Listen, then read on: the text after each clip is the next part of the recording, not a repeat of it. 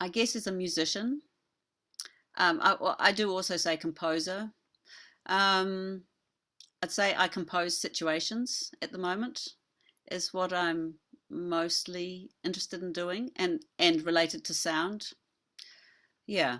Um, but I'm very interested in how these roles of interact with each other, or interact with each other, as Karen Barad would say. So I'm not so keen about defining oneself in one role, but rather that we define each other um, in in um, in dialogue, in doing things together. We discover what it means to be a composer at that moment, or a musician. In terms of music, my father was a minister who wrote hymns, and my mother was an organist and a music teacher. Um, and music was associated with the church, with going to church and singing, and so it was there right from a very, very early age. I was surrounded by that kind of music. Um, but there's also a thing about nature culture that I kind of feel that for me that are very related. So walks when I was very young in forests, and my mother showing us plants, and the wonder of the environment, for me also have the same kind of quality of wonder that I associate with art. Um, but I think probably there's a couple of things that were very important when I was young. My mother took us to see a ballet company. I think I was probably about 6 or 7. I think it was, Swan Lake or something like this. But this was an incredible thing, an incredible event, that stayed with my sister and I as being something very special. And I think probably another standout young moment was, or not so young, I think I was probably 14 or 15. My mother took me to see Peter Maxwell Davies' The Fires of London, playing his 8 songs of a Mad King. And that made an incredible impression on what art could be, and what music could encompass, rather than just some very stiff kind of thing happening, but also that this crazy wild thing on stage could be was okay. And so that was very exciting, and very stimulating. Um, but I think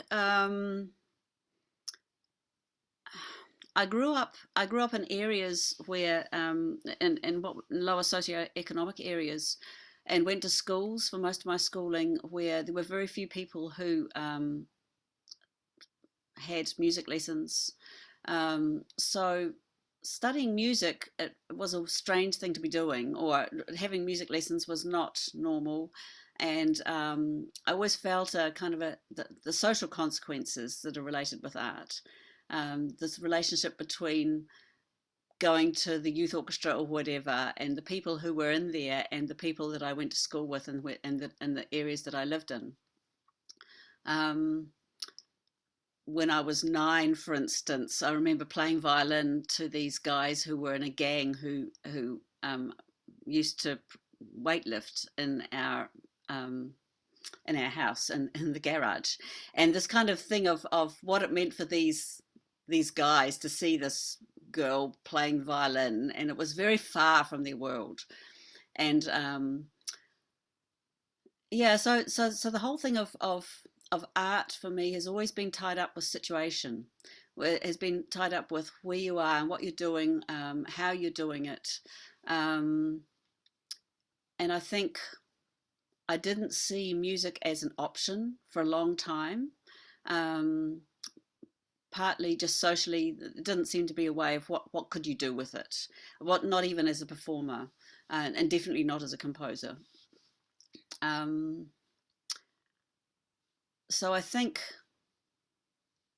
I think art in one form or another, let's say I was also reading a lot as a child, and writing, and I think that the power of imagination was something that um, kept me going, was essential through my childhood, and but I didn't think of it as an option in terms of being something I could do with my life. And in fact, I kind of rejected it, and started studying political philosophy, but I just couldn't keep away. Um, that was the honest truth of the matter. I just kept on coming back, and but while I was studying music, I was also classical music. I was also playing in bands. I was playing gamelan music. I was improvising, and then also playing in baroque ensembles and contemporary music ensembles and symphony orchestras. So there was this kind of understanding from my late teens that there were many different ways of being an artist, of being, or let's say being a musician.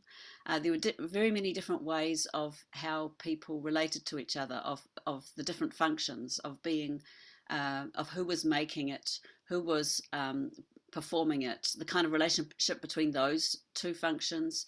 Was there someone in between, like a conductor who was also involved? The way things were rehearsed, the kind of relationship with the audience, the kind of spaces you were playing in. So very early on, I felt this breadth and possibilities, and started to also recognize what I wanted, what I found interesting, and I did try to play in a symphony orchestra for 6 months in New Zealand, but I realised quite soon that this was not going to be a good match for me. That I was sort of sitting at the back of the second violins and thinking up new bowings and suggesting them to the next people in front, and they were going, no, no, no, just wait. When it comes from the top, you will get told how to do things, and realising this kind of situation that I was in, that was very defined in terms of function, and in terms of what kind of role you had and what was expected of you. And I think these experiences created a situation where I kept on thinking about what it means to be who is making, who is performing, how are we doing this together. So I think this has been crucial for my development as a composer, and as a musician. I think I couldn't have done anything else. I mean, I think this was probably just such something that was going to be my way of dealing with the world. And also, I really did try also just to be a performer, but I came to The Hague to study violin and realized that actually it wasn't enough. It wasn't satisfying me to just perform, and that was not doing it for me. Again, it's very bound up with situation.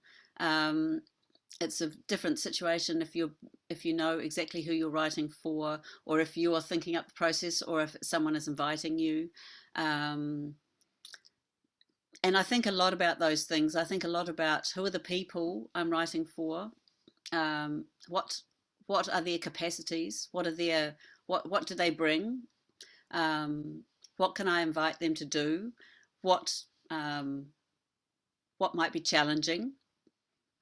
I'm really interested in this idea of exploring the boundaries of what it means to be a performer, or a composer, or an audience member, or a score, or a space. So it's always looking for what it's not going to be, you know, where are the limits, where are the boundaries of what someone will accept doing, or how to create the environment where people will expand their idea of what it means to be a musician or an audience member.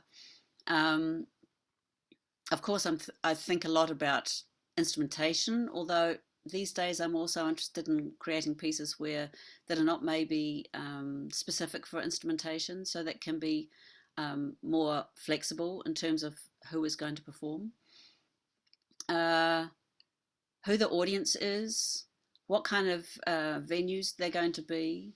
Um, so these are a lot of the kinds of things that are coming up. And then, of course, there's just, I mean, pieces may start, there has to be for me some kind of core um, sense of what it will become, of what it might become. And I need to spend time developing that. And that is something that is a kind of a dreamy process of what if this and this and this. And it's my favorite part of just kind of following lines of thought of, if I was thinking this, where would that go and how would that develop? And of course, at a certain time, there are deadlines, and well, in fact, I have to have a deadline. Otherwise, I'd stay in that state forever. So, at a certain point, one has to make a decision. You know, you have to say, okay, I'm going with this one, and we'll leave those ideas for another time. And then hopefully, I mean, as one goes along, this process continues of, what if we do this and that? What if we do that? And influences from the outside, from the performers themselves. I mean, I think that my idea of a composition has freed up now, because I'm not thinking of a score as holding a piece, but rather a performance, and every performance as being a new iteration. I'm not so tied up with a final product, but rather see it as a continuing process.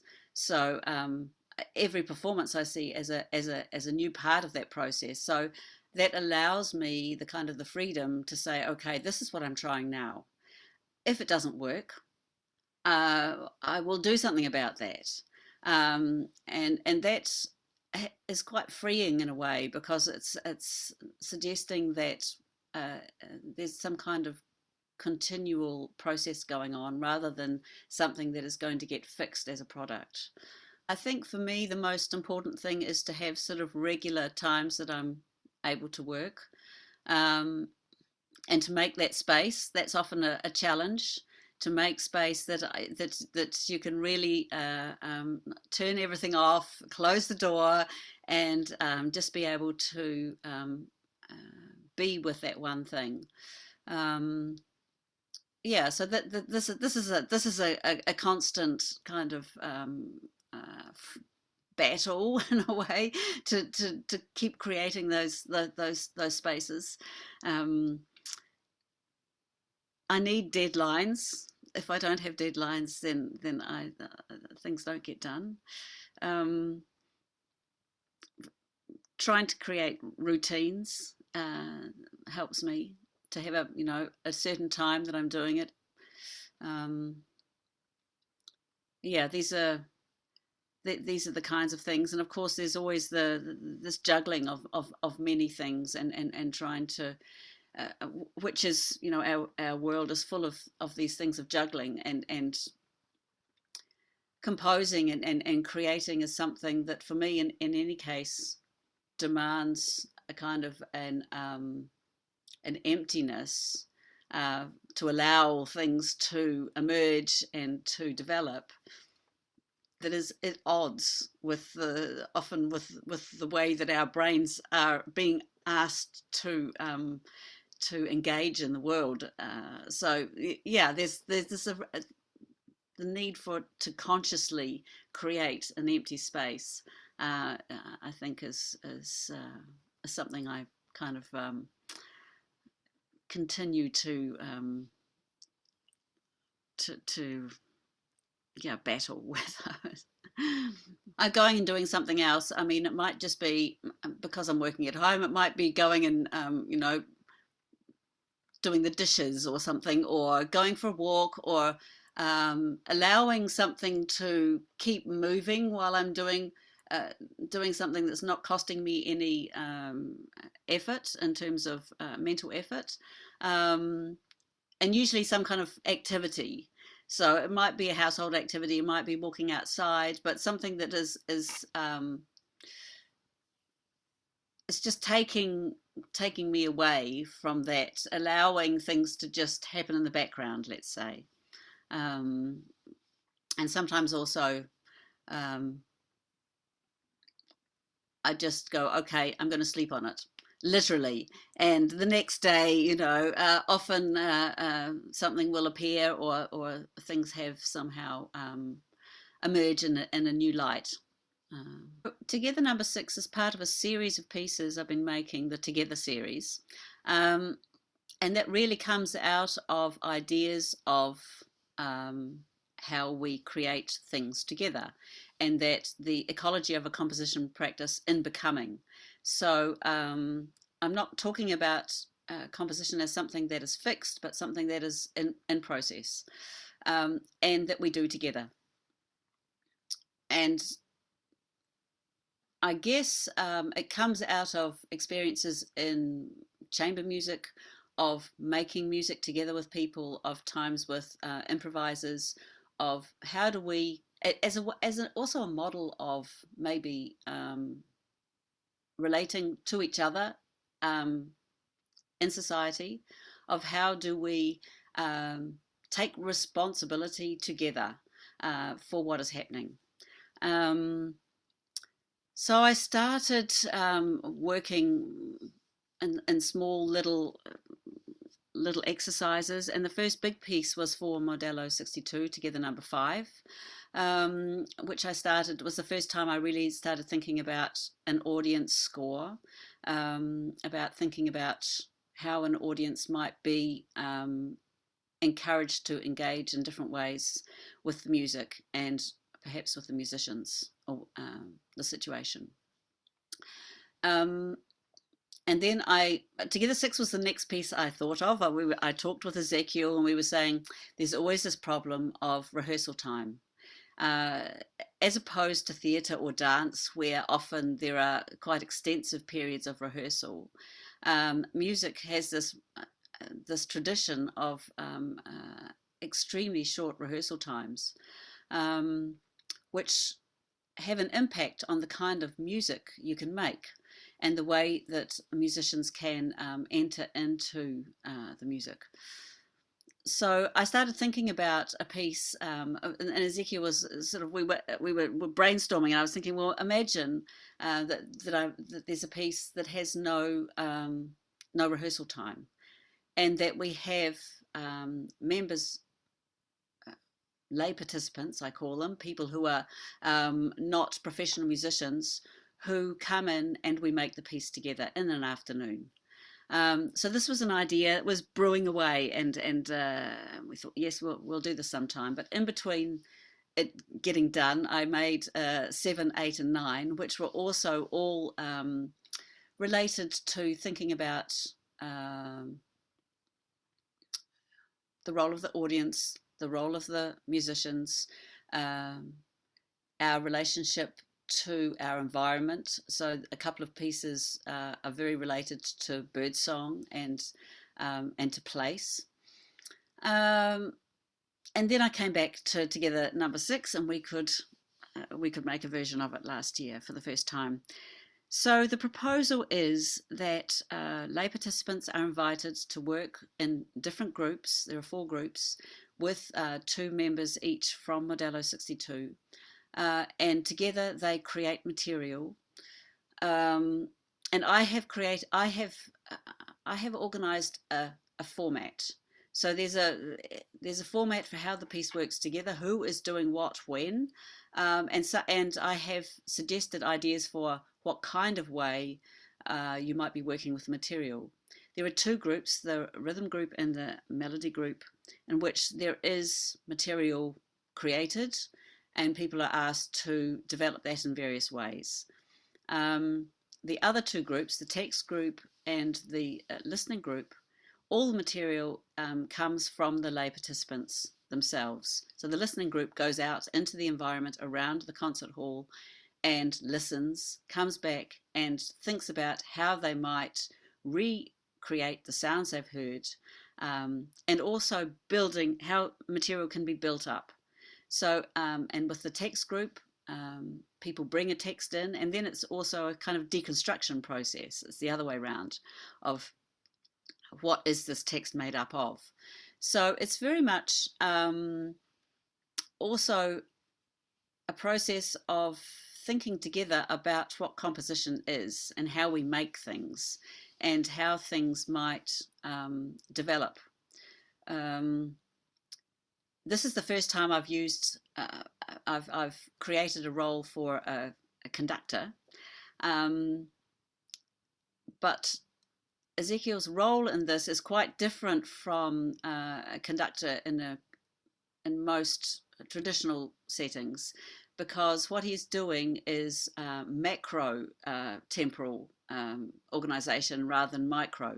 So he's not giving every beat on or everything. He's giving these 5-minute time things. Sometimes in between something might happen, but he is basically overseeing the big form rather than the small form. And this is a very kind of, it's also about taking responsibility or giving more responsibility to the musicians and the lay participants to together be deciding what kind of dynamic they are, how dense or sparse they're playing. The whole piece is really set up to try to encourage ways of listening, dialogic listening, let's say, so listening to each other and listening to ourselves and to the other, being aware that there's this double thing going on to what we're doing ourselves and to what relationship that has with the other. And maybe I should say something about the heartbeat, because this is something I've been using in a number of these pieces, is this idea of the heartbeat as a kind of embodied pulse generator. So it's something that we all have. It's an involuntary, mostly involuntary movement that happens, but it gives us our own sense of time. And so the musicians, and in many pieces the audience, and in this situation also the lay participants, are invited to use their heartbeat as their way of counting. So again, it's this kind of thing of paying attention to an internal system, and also relating that to your surroundings, which for me on a political level too is seems to me the way that we're going to have to go forward in terms of thinking about and solving together the issues we need to deal with. Yeah, so, and in this piece the audience also has scores, little scores that unfold. Oh, I've got one here. So a little score that slowly, that they open during the piece, and that gives them invitations to take part in various ways. It might just be to pay attention to certain things. It might be to follow their heartbeat and make a sound. They're always set up as invitations, not instructions. They can choose to ignore these things if they want to. That's fine. It's more about recognizing that the role of the audience is active, and trying to engage people in listening in different kinds of ways, and having a different kind of relationship with the piece. I think this process that I'm on is quite confronting in terms of traditional composition, because I'm letting go of some of the kind of structures that most composers would define their compositions with. For half of the people who are playing together number six, I have no idea what they're going to create. I have no idea what sounds they're going to make. So this is, one, it's a trust. It's a trust that the Modelo62, that these musicians will steer the participants to create interesting material. But it's letting go of some of the kinds of control that composers normally have over their material. And I think this is what I'm interested in doing, and it has been, it's a confronting thing of how much I'm going to let go, and I've certainly with this one, I think, well, I've also made a piece with improvisers where there's a lot of freedom too. And then it's also the question of, well, who is making the piece? And then I say, well, okay, I compose the situation. And there is musical material that I have composed, but it's about how things are going to, setting up situations for things to happen. And of course, it's going to be new every time. So I'm very excited about these new performances and what's going to happen and how that's going to unfold every time. I'm super curious about it. If I think about the kind of relationship with the real life, shall we say, in ways that this piece is, and this whole Together series, I think it's related to ideas from people like Karen Barad and Donna Haraway about our connections with each other, our entanglement, which is a word that comes from quantum physics and basically says that we are always, we define ourselves only in relation to the others. We are not able to define anything without the connections with others. And it seems to me that politically this is incredibly important now, that we understand our interconnectedness with everything on the planet, and take some responsibility for our actions. So in that sense, it is very much about a recognition of the interactions that take place, and maybe making them more visible. So it's also, in this one, it's thinking about how these roles that we kind of get fixed into the idea of what it means to be a performer or to be an audience member and how we behave towards each other, that these are also something we create and that we can change this. And so I guess I'm trying to encourage ways of expanding these ideas of what it might mean to be an audience member, what it might mean to be a musician. The musicians in Together Six become teachers because they've got a group of people that they're working together with. They take on leadership roles. My idea with the Together series is also that there's always a moment of feedback. So it's also about connecting audience and musicians in another way of having dialogue together, where in many traditional new music and classical concerts, there's a big divide between musicians and audience, and often no communication between them after the concert. So I'm interested in what this might mean for how we create a composition practice, if we include these things as part of it, and include the fact that these kinds of roles are not set in stone but are co-created. Yeah, in this piece I use the analogy of a plant cycle, so seeding and growing and pollinating and propagating, as a way of thinking about complexity, and in terms of how things develop, through, and how they also interact with other things. So how once you get into pollination, cross-pollination, propagation, you're starting to talk about what the influence of something has on something else.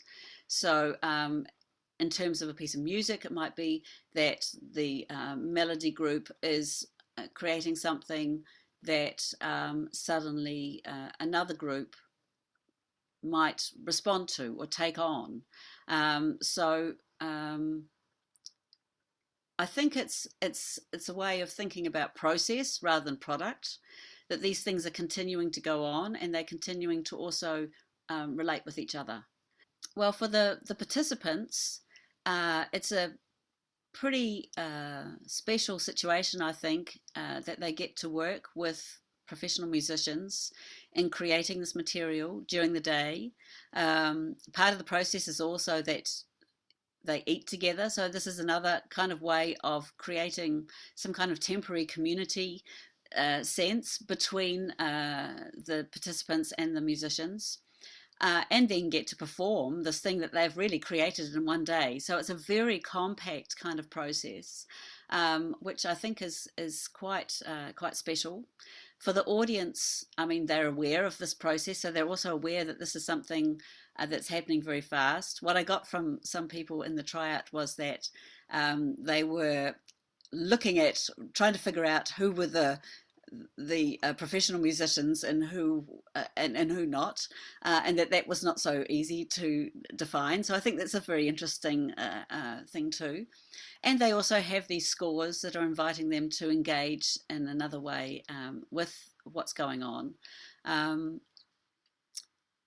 also really interested in the space and exploring the space. So the piece happens throughout the space in different ways, and I think for audience members this is also interesting to be following sound that's traveling around them, which we do with speakers, but this is now humans that are moving around and taking the sound around in different ways. So this creates hopefully a rich audio environment.